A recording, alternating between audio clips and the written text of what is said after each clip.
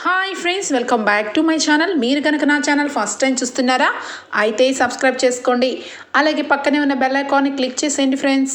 ఈరోజు ఎపిసోడ్ అయితే సూపర్గా అదిరిపోబోతుంది. ఎక్కడా స్కిప్ చేయకుండా మొత్తం చూసేయండి ఫ్రెండ్స్. అప్పుడే మీరు ఎంజాయ్ చేయగలుగుతారు. నచ్చినట్లయితే ఒక చిన్న లైక్ ఇచ్చి ఎంకరేజ్ చేసేయండి ఫ్రెండ్స్. ఇక ఎపిసోడ్లోకి అయితే వెళ్ళిపోదాం.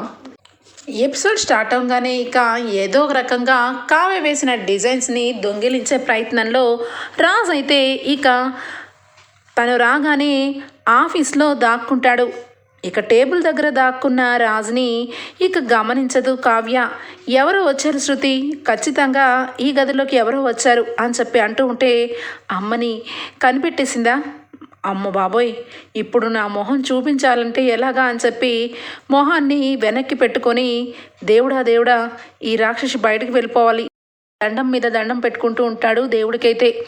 కావ్య ఇక కొంచెం ముందుకు వచ్చి ఎవరు లేరంటున్నారు, పదశృతి అని చెప్పి డిజైన్స్ అన్నీ కూడా ఇక తీసుకొస్తుంటే అదేంటి మేడం ఇక్కడే వదిలేద్దాం సేఫ్టీగా ఉంటాయన్నారు, ఇప్పుడేంటి డిజైన్స్ తీసుకొస్తున్నారు అనగానే ఇక్కడ ఉండటం అంత సేఫ్టీ కాదులే, అందుకే తీసుకొని వెళ్ళిపోవాలని డిసైడ్ అయ్యాను అని చెప్పి కావ్య డిజైన్స్ అన్నీ కూడా తీసుకొని బయటికి వస్తుంది. ఇక రాజు అమ్మయ్య అని చెప్పి ఊపిరి పీల్చుకొని మొత్తానికి ఇక కళావతి చేతిలో ఫూల్ అవ్వలేదు.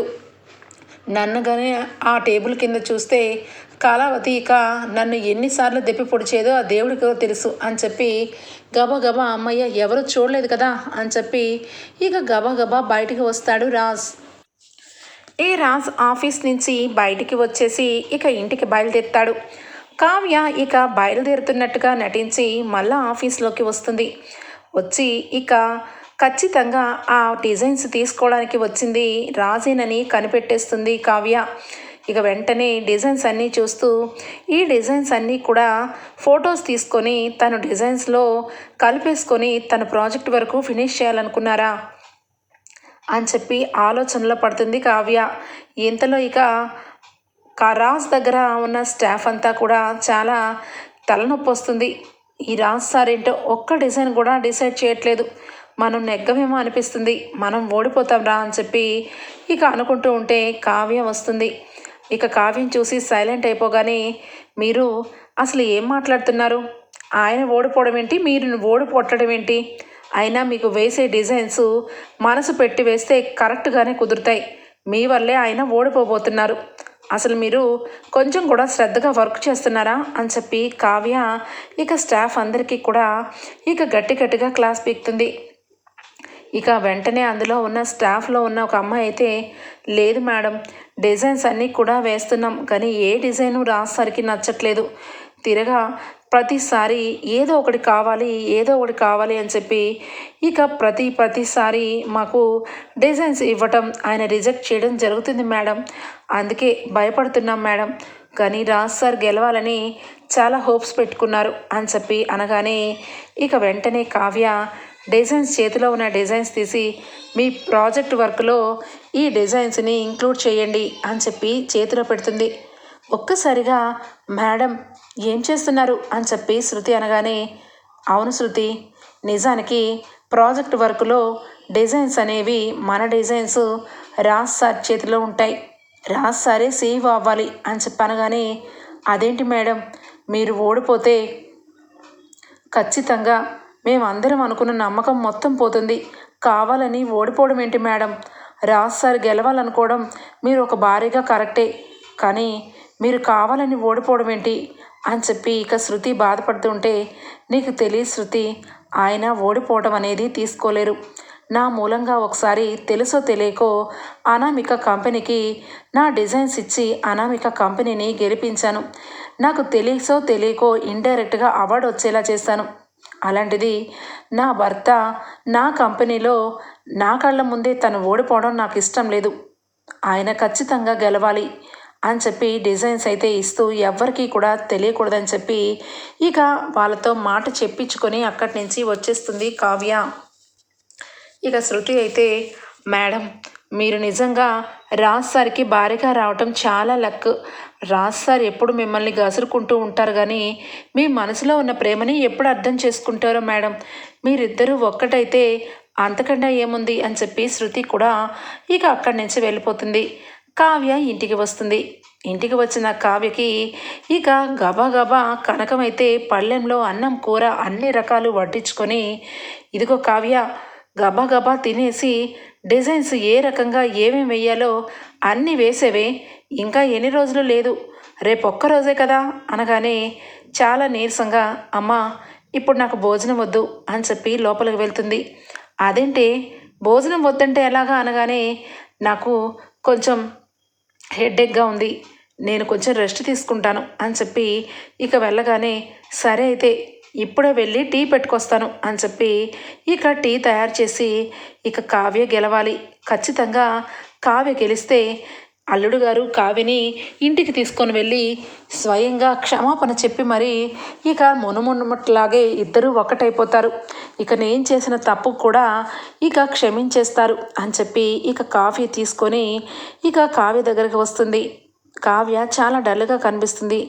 ఏమైంది కావ్య, నువ్వు వేసిన డిజైన్స్ ఎంత బాగున్నాయో తెలుసా, నేను మీ నాన్న నువ్వు వెళ్ళిన తర్వాత ఆ డిజైన్స్ గురించి గంట సేపు మాట్లాడుకున్నాం, ఖచ్చితంగా నువ్వే గెలుస్తావే ఈ పోటీలో, ఇక నీ భర్త నిన్ను ఇంటికి తీసుకెళ్ళడం ఖాయం అనగానే, అమ్మా ఏంటమ్మా ఏం మాట్లాడుతున్నావు, ఈ పోటీ నేను మా ఆయన ఇద్దరి మధ్య జరిగేది పోటీ కాదమ్మా, యుద్ధం. ఆయన మనసులో నా మీద ప్రేమ ఉంది, అలాగే నా మీద నమ్మకం కూడా ఉందమ్మా, కానీ ఆయనకి ఎక్కడో ఈగో వల్ల నన్ను దూరం పెడుతున్నారు, ఆయన ఓడిపోవడం నాకు ఇష్టం లేదమ్మా అని చెప్పి అంటుంది.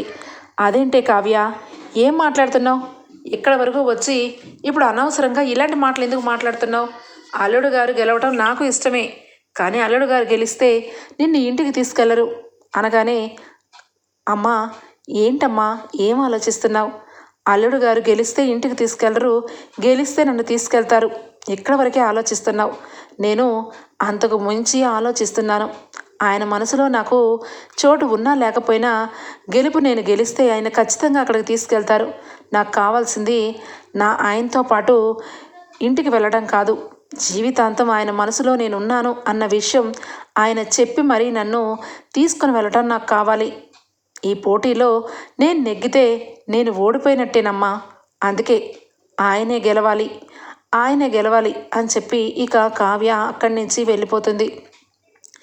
ఇదేంటయ్యా, ఇదిలా మారిపోయింది, డిజైన్స్ వేసి అత్తగారింటికి వెళ్ళిపోయి సుఖంగా కాపురం చేసుకుంటుందనుకుంటే మళ్ళా మొదటికి వచ్చింది, అల్లుడు గారు గెలవాలంట, ఇది గెలవదంట, ఏంటో రోజు రోజుకి నా మాట అంటే ఎవరికీ లెక్కలేదు అని చెప్పి ఇక కనకమైతే కోపంతో ఇక అక్కడి నుంచి కనకం కూడా వెళ్ళిపోతుంది. మొత్తానికైతే ఆ రోజు నైట్ రాజ్ చాలా బాధపడుతూ ఉంటాడు. వేసిన డిజైన్స్ ఒక్కటి కూడా రాజేంద్ర ప్రసాద్ గారికి నచ్చదు. ప్రాజెక్ట్ వరకు నాది క్యాన్సిల్ చేసి కళావతినే ఖచ్చితంగా ఓకే చేస్తారు. తాతయ్య ఇక కళావతి సీఈఓ అయిపోయింది, నేను మేనేజర్గానే బతకాలి, ఇక నా మొహం ఎలా చూపించుకోవాలి అనగానే మిర్రర్లోంచి అంతరాత్మ వస్తుంది.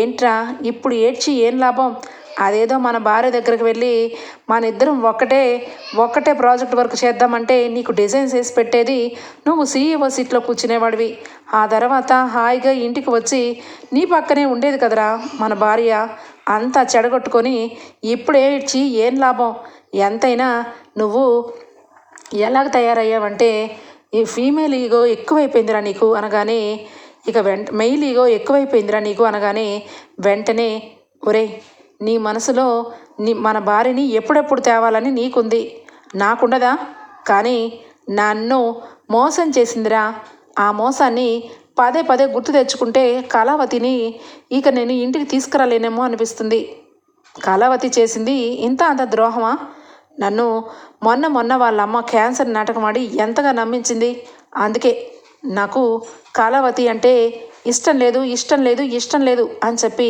ఇక గట్టిగా అరుస్తాడు. తెలుసురా నువ్వెందుకు ఇంత గట్టిగా మాట్లాడుతున్నావో, లేనిపోని ఇష్టాన్ని అయిష్టంగా మార్చేసుకుంటున్నావు, నీ ఇష్టం, రేపొద్దున్న మేనేజర్ సీట్లో కూర్చుందు కానీ ఆల్ ది బెస్ట్ అని చెప్పి వెళ్ళిపోతుంది. ఇక మార్నింగే ఇక రాజు అయితే ఖచ్చితంగా రాజేంద్ర ప్రసాద్ గారు ఆఫీస్కి వస్తారు. కళావతి డిజైన్స్ చూసి కళావతికి ఇక ప్రాజెక్ట్ వరకు ఓకే చేస్తారు. నేను మేనేజర్గా అక్కడే కూర్చోవాలి, అందుకే నేను వెళ్ళనంటే వెళ్ళను అని చెప్పి ఇక లేటుగా లెగుస్తాడు రాజు. అయితే తీరుబాటుగా లేచి ఇక కిందికి నడుచుకుంటూ వస్తూ ఉంటాడు. ఒక్కసారిగా కుటుంబం అంతా రాజు వస్తూ ఉంటే డీలాగా పడిపోయి కళ్ళంతా కూడా ఇక చాలా నీరసంగా పెట్టుకొని కూర్చుని ఉంటారు. ఒకవైపు రాజు చూసి అనుకున్నాను వీళ్ళందరూ కూడా ఇక నన్ను ఏ రోజు ఎంకరేజ్ చేశారు, నేను ఓడిపోయినందుకు బాధ నటిస్తున్నారు, మనసులో ఒక్కరికి కూడా సంతోషం లేదు అని చెప్పి సంతోషం ఉన్నా కావాలని నటిస్తున్నారు.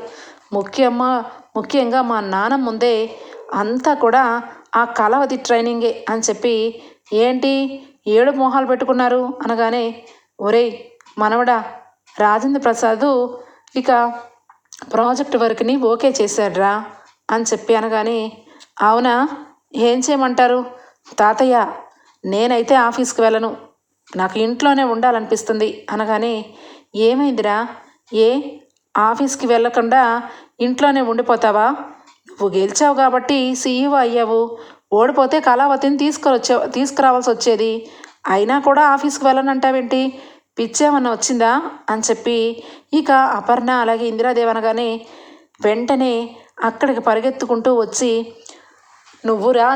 నువ్వే గెలిచావురా కదరా, ఇక అందు గురించే వీళ్ళందరూ కావాలని నీ మనసుని పాడు చేస్తున్నారు, ఎంతైనా నువ్వు నా మేనల్లుడివి, నీ గెలుపు కోసమే నేను ఎదురు చూశాను, అదే జరిగింది, కంగ్రాచులేషన్స్ రాజ్ అని చెప్పి రుద్రాన్ని చెప్పగానే ఇంట్లో అందరూ ఒక్క ముక్క కూడా మాట్లాడరు. మమ్మీ, ఏంటి మమ్మీ, ఎవరు కూడా నేను గెలిచానంటే మీరెవ్వరూ కూడా సంతోషంగా నాకు కంగ్రాచులేషన్ చెప్పరేంటి, నిజానికి నేను గెలిచానా ఓడానా అనగానే, ఒరే చవట దద్దమ్మ, నువ్వు గెలిచావనే కదరా మేము ఇలా ఉన్నాము, నువ్వు గెలవడం ఏంటో అర్థం కావట్లేదు అనగానే ఎంతలో ఇక రాజేంద్ర ప్రసాద్ అయితే ఇక ఇంటికి వస్తాడు. సరాసరి రావడంగానే రాజ్ వెంటనే సైలెంట్గా నుంచుంటాడు. ఇక సీతారామయ్య రారా కూర్చో అనగానే, ఒరేయ్ స్వరాజ్ గ్రూప్ ఆఫ్ కంపెనీనే నెగ్గిందిరా, ప్రాజెక్ట్ వరకు మీ కంపెనీకే ఇస్తున్నా, ఇక ఖచ్చితంగా ఈ ప్రాజెక్టు మీకే అనుకోండి, అందుకే ఒకసారి నిన్ను కలవాలని వచ్చాను అనగానే ఇక ఇందిరాదేవి సీతారామయ్య అందరూ కూడా అతను మాట్లాడిన మాటలకి సంతోషపడతారు. ఇక వెంటనే ఏమయ్యా నీ భార్యది అని చెప్పి అనగానే, అది ఆఫీస్లో ఉన్నట్టుంది అనగానే, అదేంటి మరి, నువ్వు గెలిచావు, నువ్వు ప్రాజెక్ట్ వరకు సబ్మిట్ చేయాల్సింది నీ భార్య సబ్మిట్ చేసిందా అనగానే వెంటనే రాజ్ అయితే, మేమిద్దరం ఒకటే కదా, కలిసి చేసి వేరువేరుగా ప్రాజెక్టుని ఇక మీకు అందేలా చేశాం, ఇక నా భార్య నా ఎందుకు కృషి చేసి నాకు ఆపోజిట్ టీంలో నుంచొని మొత్తానికి గెలిపించేలా చేసింది, అందుకే ఆఫీస్లో ఉన్నట్టుంది అనగానే, ఒరేయ్ ఎందుకురా అబద్ధాలు ఆడతావు అని చెప్పి ఇక సీతారామయ్య అనబోయే ముందే రాజు అయితే, తాతయ్య దయచేసి అనగానే ఇక వెంటనే, ఏదైతేనే ఆ దేవుడి విగ్రహాల ప్రాజెక్ట్ మీకు వచ్చింది, నిజానికి ఆ ప్రాజెక్ట్ వర్క్ ఇంత బాగా సక్సెస్ అవ్వడానికి కారణం డిజైన్స్ రా, అబ్బబ్బబ్బబ్బా ఆ డిజైన్స్, దేవుడు కళ ఉట్టి పడుతుంది, ఆ కిరీటంలో ఆ వజ్రాలు అసలు నిజంగా ఆ రకంగా అక్కడక్కడ ఫిక్స్ చేసిన విధానం నిజంగా చాలా అద్భుతం, మీకు ప్రాజెక్ట్ ఎందుకు ఇచ్చానో తెలుసా, కేవలం డిజైన్సే అని చెప్పి ఇక రాజేంద్ర ప్రసాద్ అయితే అక్కడి నుంచి వెళ్ళిపోతాడు. ఇక వెంటనే రాజ్ అందరూ కూడా రాజ్ వంక సీరియస్గా చూస్తూ, ఏరా నువ్వు గెలిచావు, గెలిచినందుకేనా కళావతిని తీసుకురావచ్చు కదరా అని చెప్పి ఇందిరాదేవి ఇక అపర్ణ అనగానే, చూడు మమ్మీ, గెలిచింది నేను, ఓడిపోతే తీసుకురావాల్సింది కళావతిని, అలాంటిది ఆ కళావతిని నేను ఎలా తెస్తాను, అయినా మీరందరూ కళావతి గ్రేటు, కళావతి ఆహా ఓహో అన్నారుగా, ఇప్పుడేమైంది ఆవిడ గారి టాలెంట్, రాజుని తక్కువ అంచనా ఇకండి, ఇప్పుడే ఆఫీస్కి వెళ్ళి సీఈఓ సీట్లో నేను కూర్చొని మేనేజర్ పోస్ట్లోంచి కూడా నువ్వు కూర్చోడానికి వీల్లేదు అని చెప్పి బయటకు వెళ్ళిపోమంటాను, అప్పుడు కానీ దాని తెక్క కుదరదు అని చెప్పి ఇక వెంటనే రెడీ అయిపోతాడు రాజ్. ఇక కావ్య ఆఫీస్లో అందరికీ కంగ్రాచులేషన్స్ చెప్తూ ఇక చాలా సంతోషంగా ఉంటుంది.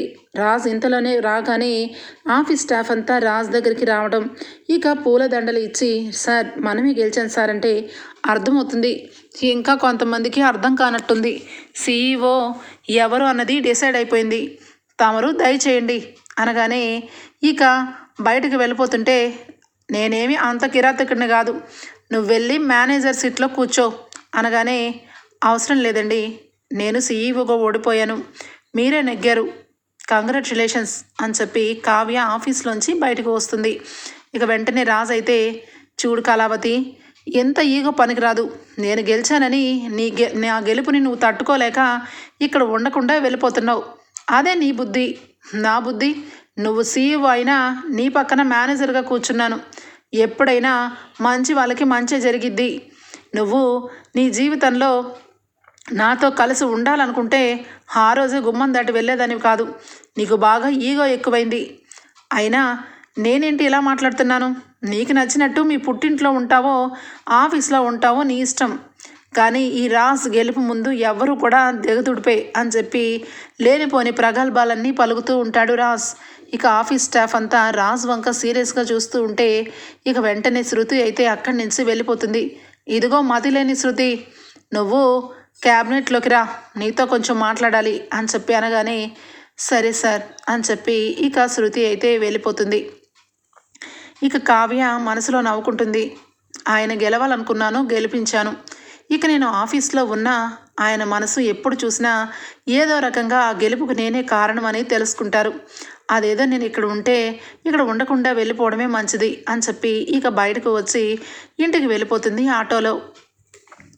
ఇక రాజ్ అయితే ఇక చాలా సీరియస్గా ఆఫీస్ స్టాఫ్ అందరికీ కూడా నేను చెప్పినట్టుగా చేసినందుకు మీరందరూ అనుకున్నట్టు మీ అందరికీ పక్కా ఇళ్ళకి లోన్లు మన ఆఫీస్ నుంచి శాంక్షన్ చేస్తున్నాను. ఇదిగో శృతి, ఆ మేడం, ఆ కళావతి మేడం వెనకాల ఉండి ఇప్పుడు ఏం అనుభవించావు? ఏమి అనుభవించలేదు. కాబట్టి మీ అందరికీ కూడా సేమ్ రూల్ వర్తిస్తుంది. ఎంతైనా మీరు కూడా అందరూ నా ఆఫీస్లో స్టాఫే కదా అని చెప్పి ఇక రాజ్ అయితే తెగ ఇక సంతోషపడిపోతూ ఉంటాడు. ఇక రాజ్ ఆనందంతో ఇక ఇంటికి వస్తాడు. కావ్య అయితే ఇక కావ్య మనసులో కూడా రాజ్ గెలవాలని గెలిపించి మరీ వస్తుంది కాబట్టి కావ్య కూడా నార్మల్గానే ఇంటికి వెళ్ళిపోతుంది. కానీ రాజ్ వెళ్ళిన వెంటనే ఇక ఇంట్లో అందరూ కూడా రాజ్ మొహం చూస్తూ చాలా సీరియస్గా సుభాష్ అలాగే అపర్ణ ఇద్దరు కూడా, వాడిని మనం పెంచాం కానీ వాడి మనసుని పెంచలేదు, వాడి కళ్ళని పెంచలేదు కదా అపర్ణ, వాడు ఈ మధ్య ఈ రకంగా తయారవడానికి కారణం ఏంటో అర్థం కావట్లేదు, వాడి ఈగో ఎక్కువైపోయింది, కోడలి పిల్లని తీసుకురమ్మని నీ కోరికగా కోరినా కూడా వాడు తీసుకురావట్లేదంటే ఇంకా వాడికి ఇంటి మీద ఉన్న వాళ్ళ మీద ప్రేమ ఉందనుకుంటున్నారా అని చెప్పి సుభాష్ అంటూ ఉంటే, చాలు డాడీ చాలు, ఇంకా మా కోళ్ళని మీరే అనుకోవడమే తప్పించి ఆవిడ గారు కనీసం తప్పు చేసి కూడా క్షమాపణ చెప్పి ఇంటికి రావచ్చు, కానీ రాకుండా ఇప్పుడు ఏకంగా ఆఫీస్లోంచే వెళ్ళిపోయింది. తన గురించి మీరు అందరూ ఎక్కువ ఊహించుకున్నారు. తన గురించి నాకు బాగా తెలుసు. తను ఎప్పుడు ఏదో ఒకటి సాధించాలని చూస్తుంది. అది గనక గెలవకపోతే ఇక అవతల వాళ్ళు ఏమనుకున్నా పర్వాలేదు, నట్టేట్లో ముంచేసి వెళ్ళిపోతుంది. ఇంట్లో నుంచి అలాగే వెళ్ళిపోయింది. అమ్మ హాస్పిటల్లో ఉన్నప్పుడు, ఇప్పుడు కూడా ఓడిపోయినందుకు ఆఫీస్ వదిలి వెళ్ళిపోయింది. ఇంకా మీరందరూ కలిసి నా మీద తప్పు నెడుతున్నారు అనగానే ఇక వెంటనే సుభాష్ చాలా గట్టిగా అంటాడు, చాలా ఆపరా, ఏం మాట్లాడుతున్నావు? కావ్య గురించి నువ్వు చెప్పాలా మాకు? కావ్య కడిగిన ముత్యం. అసలు నిజంగా కావ్య ఈ ఇంటికి ఒక లక్ష్మీదేవిలాగా. ఆ రోజు ఇంట్లో నుంచి బయటకు వెళ్ళిన మరుక్షణం ఆఫీస్ కానీ ఇల్లు కానీ ఒక రకంగా, నిజంగా చెప్పాలంటే ఇల్లు అటు ఆఫీసు పాతాళానికి పడిపోయింది. అలాంటప్పుడు మళ్ళా కావ్య అడుగుపెట్టి మళ్ళా బోనస్లు చేర్చి కంపెనీకి లాభాలు కూర్చి వెళ్ళిపోయిన క్లయింట్స్ అందరినీ రప్పించింది. ఆఫీస్ని ఒక రేంజ్గా మార్చి చివరాఖరికి ప్రాజెక్ట్ వరకు గెలిచింది అని గబాల్లా మాట జారేగానే వెంటనే ఇక అక్కడ ఉన్న అపర్ణ అయితే, ఏమండి అనగానే, గెలిచి ఓడింది అనగానే, ఏం మాట్లాడుతున్నారు డాడీ? గెలిచింది నేను, ఓడిపోయింది ఆ కావ్య, ఆ కళావతి. అయినా మీరు నన్నెందుకు మాట్లాడుతున్నారు అనగానే, ఒరేయ్, గెలుపులు వాటమి అనేది సహజం. నువ్వు గెలిచావు. అందరి విషయంలో నువ్వు ఎప్పుడు గెలవాలి అంటే భార్యని కూడా ఇంటికి తీసుకురారా. ప్రతిసారి ఈ విషయంలో నిన్ను అందరూ ఏదో ఒక విషయంగా చులకనగా చూడడం నాకు ఇష్టం లేదు. నీ గురించి నాకు తెలుసు. నీ మనసులో ఎలాంటి బాధ లేదు. ఇక నీ మనసులో ఎలాంటి కావ్య మీద ప్రేమ లేకుండా లేదు, కోడల్ని తీసుకొనిరా అనగానే, లేదు డాడీ, నేను అస్సలు తీసుకురాను. ఈ విషయంలో నేను పట్టుబట్టి రాత్రింబవళ్ళు డిజైన్స్ వేసి గెలిచింది ఎందుకంటే కళావతిని ఇంటికి తీసుకురాకూడదని అని చెప్పి ఇక వెళ్ళిపోగానే రుద్రాణి అయితే, సభాష్ రాజ్, నిజంగా కళావతిని తీసుకొని వస్తే నిజానికి ఇంట్లో వాళ్ళందరికీ సంతోషమే, కానీ నా మేనల్లుని బాధ పెట్టిన కళావతి ఇంట్లో ఉండటం నాకు ఇష్టం లేదు, నేను కూడా రాజ్ దారిని ఉంటాను అనగానే, చాలు ఆపు, అసలు నిన్ను ఎవడు ఏ దారిలో ఉండమంటున్నాడు, తగుదనమ్మా అని చెప్పి పిలవని పేరంటానికి వచ్చిందంట నీలాంటిది. అయినా భర్త అనేవాడు నీ దగ్గర ఉంటే కదా భార్యాభర్తల బంధం తెలిసేది. ఇప్పుడు రాజ్ దగ్గర ఎందుకు నువ్వు సపోర్ట్ చేస్తున్నావో నాకు తెలీదా? రాజు వెనకాల సపోర్ట్ చేస్తూ ఇక మా చెల్లెలి ఇంటికి వస్తే నీ పప్పులు ఉడకవని నీ డ్రామా అనగానే, ఏ స్వప్న, ఏం మాట్లాడుతున్నావు? రాజ్కి ఇష్టం లేదు, నేను కూడా రాజ్కి సపోర్ట్ చేస్తున్నా అనగానే, అవును, నీ కొడుక్కి నేనేమన్నా ఇష్టమా? నీ కొడుకు కూడా నేనంటే ఇష్టం లేదుగా, అయినా ఇక్కడే ఉన్నాను కదా, అంటే ఏంటి అర్థం? భార్యాభర్తల బంధానికి ఇచ్చిన విలువ అనగానే, మరి నువ్విస్తున్నావు, మీ చెల్లి ఇవ్వలేదు కదా అని చెప్పి అంటుంది రుద్రాణి. మా చెల్లి ఇచ్చింది కాబట్టే ఈరోజు రాజ్ గెలిచాడు అని చెప్పి స్వప్న కూడా వెళ్ళిపోతుంది. ఇక వెంటనే రాజ్కి ఏమీ అర్థం కాదు. ఇక ఏంటి, కళావతి గెలిచినట్టుగా తెగ బిల్డప్ ఇస్తున్నారు అందరూ, నేను కదా గెలిచింది అని చెప్పి ఇక పై రూమ్లోకి వెళ్ళిపోతాడు. ఇంతలోనే ఇక రూమ్లోకి వెళ్ళిన రాజ్కి ఒకటే ఆలోచనలు, ఏమైంది? అయినా కళావతి కూడా సూపర్గా డిజైన్స్లు వేసింది, ఆ డిజైన్స్ నేనే తస్కరిద్దాం అనుకున్నాను, కానీ కుదరలేదు. ఇంతలోనే నా గెలుపు మొత్తం నేను గెలిచానని ఇక అందరూ అన్నారు. అసలు నా గెలుపుకి కారణం ఏంటి? నా డిజైన్స్ని అంత మెచ్చుకున్నాడేంటి ఇక రాజేంద్ర ప్రసాద్ గారు? అయినా మనం ఇచ్చిన ప్రాజెక్ట్ వర్క్ని మనం ఒకసారి చూసుకుంటే పోదా అని చెప్పి ఇక మెయిల్కి వెళ్ళి ఇక కంప్యూటర్ ఆన్ చేసి మొత్తం కూడా చూస్తారు. ఇక డీల్ ఓకేలో కావ్య వేసిన డిజైన్స్ చక్కగా కనిపిస్తూ ఉంటాయి. ఒక్కసారిగా రాజ్ షాక్ అయిపోతాడు. ఇక ఆ డిజైన్స్ అన్నీ కూడా సబ్మిట్ చేసి కావ్య మొత్తానికైతే తన డిజైన్స్ టయానికి వేయలేదని తన ప్రాజెక్ట్ వర్క్లో మెన్షన్ చేయడం ఇక మొత్తం గమనిస్తాడు. రాజ్కి చాలా బాధ అనిపిస్తుంది. కావ్య వేసిన డిజైన్స్ మూలంగానే రాజ్ గెలిచాడన్న విషయం తెలుసుకుంటాడు. ఇక వెంటనే శృతికి కాల్ చేస్తాడు. శృతి, ఏం జరిగింది చెప్పు అని చెప్పనగానే, మేడం చెప్పొద్దని ప్రామిస్ చేయించుకున్నారు సార్ అనగానే, చూడు శృతి, చిన్నపిల్ల దానిలాగా మాట్లాడొద్దు, నిజం చెప్పు, మేడం ఏం చేయమన్నారు? నా గెలుపుకి కారణం డిజైన్సే కదా, ఆ డిజైన్స్ కావ్య ఏ రకంగా నా డిజైన్స్లో ఇంక్లూడ్ చేసింది అనగానే, సార్ మీ మీద మేడంకి చాలా గౌరవం, మీరు ఎక్కడా తగ్గకూడదు, మీరు ఖచ్చితంగా సీఈఓ అవ్వాలని మీరు ప్రూవ్ చేసుకోవాలని కావ్య మేడం డిజైన్స్ అన్నీ కూడా తన డిజైన్స్ ఆపేసి మీ డిజైన్స్లో ఇంక్లూడ్ చేశారు. ఈ విషయం స్టాఫ్ అందరికీ తెలుసు. ఇక నిజం చెప్పాలంటే పెద్ద సారికి కూడా తెలుసు, కానీ ఎవరు కూడా మీ దగ్గర నిజం చెప్పలేదు. కానీ ఒక్కటి మాత్రం నిజం సార్, మేడం నిజంగా మిమ్మల్ని చాలా గౌరవిస్తుంది. మీరు నలుగురిలో తల దించుకొని ఉండకూడదని, మీరు ఎప్పుడూ కూడా గౌరవంగా ఉండాలని, మీరే సీఈఓగా ఉండాలని తన మనసులో అనుకుని ఈ పని చేశారు. మేడం చాలా మంచివాళ్ళు, మేడం మంచివాళ్ళు సార్ అని చెప్పి శృతి చెప్పడంతో రాజ్ చాలా బాధపడతాడు.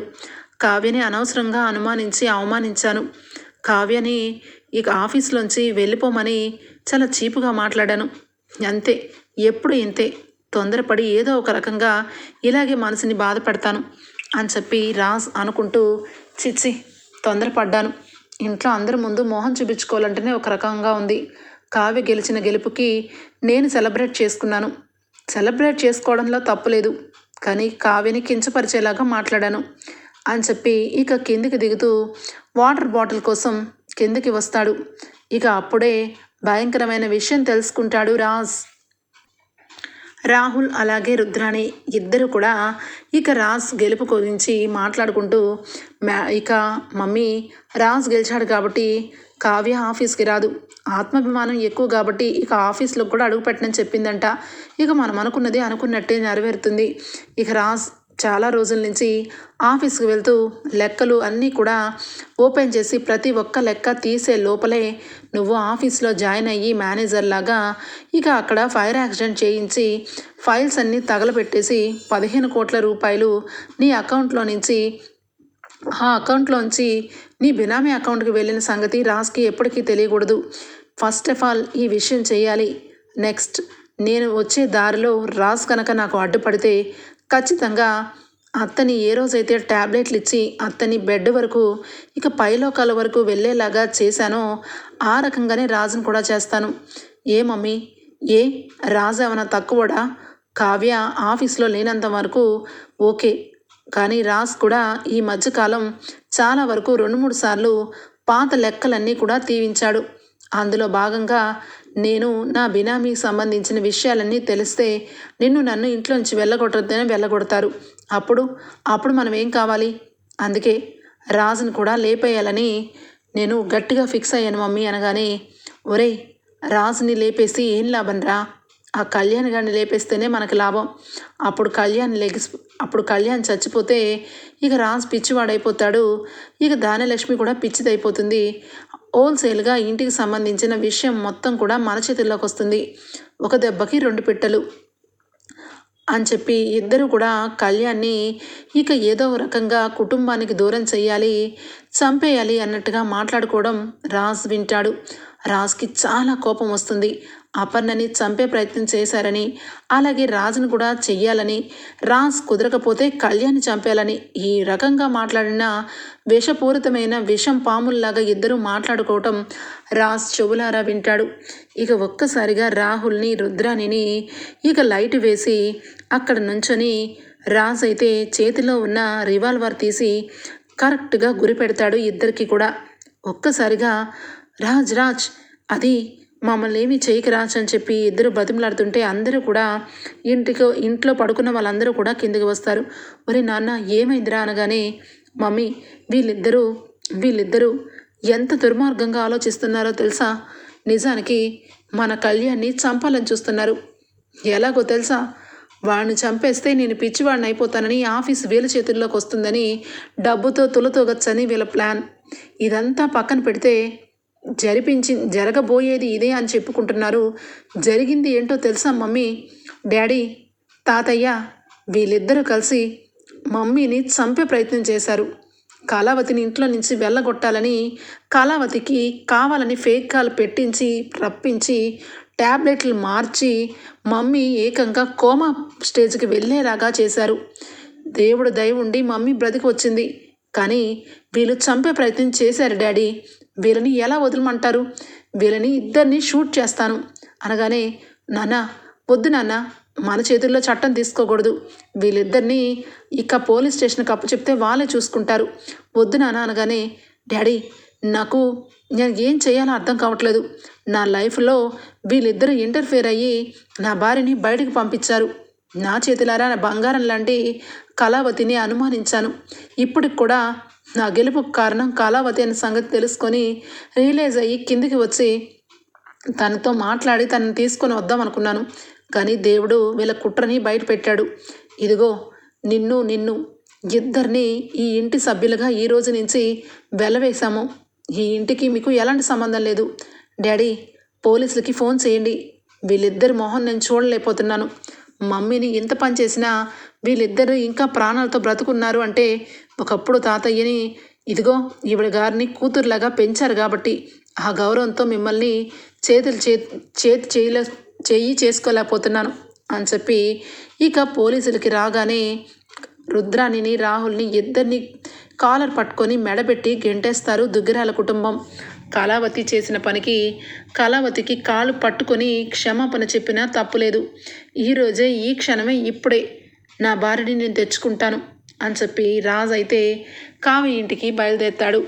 ఇక ఒకవైపు కావ్య డల్గా నుంచోకనే కనకం కృష్ణమూర్తి ఇద్దరు కూడా, అమ్మా నీ భర్త అంటే నీకు చాలా గౌరవం ఉంది, ప్రేమ ఉంది. నీ భర్త గెలవాలనుకున్నారు, గెలిచారు. కానీ నువ్వు కూడా ఆఫీస్లో ఉండాల్సింది, ఎందుకు వచ్చేసావు అనగానే, వద్దమ్మా, ఆయన మనసులో నేను నిజంగా ఉన్నాను అని ఒక్క మాట చెప్తే చాలు, అతనితో వెళ్ళిపోయేదాన్ని. కానీ ఆయన నన్ను ఏ రోజు ప్రేమించలేదమ్మా.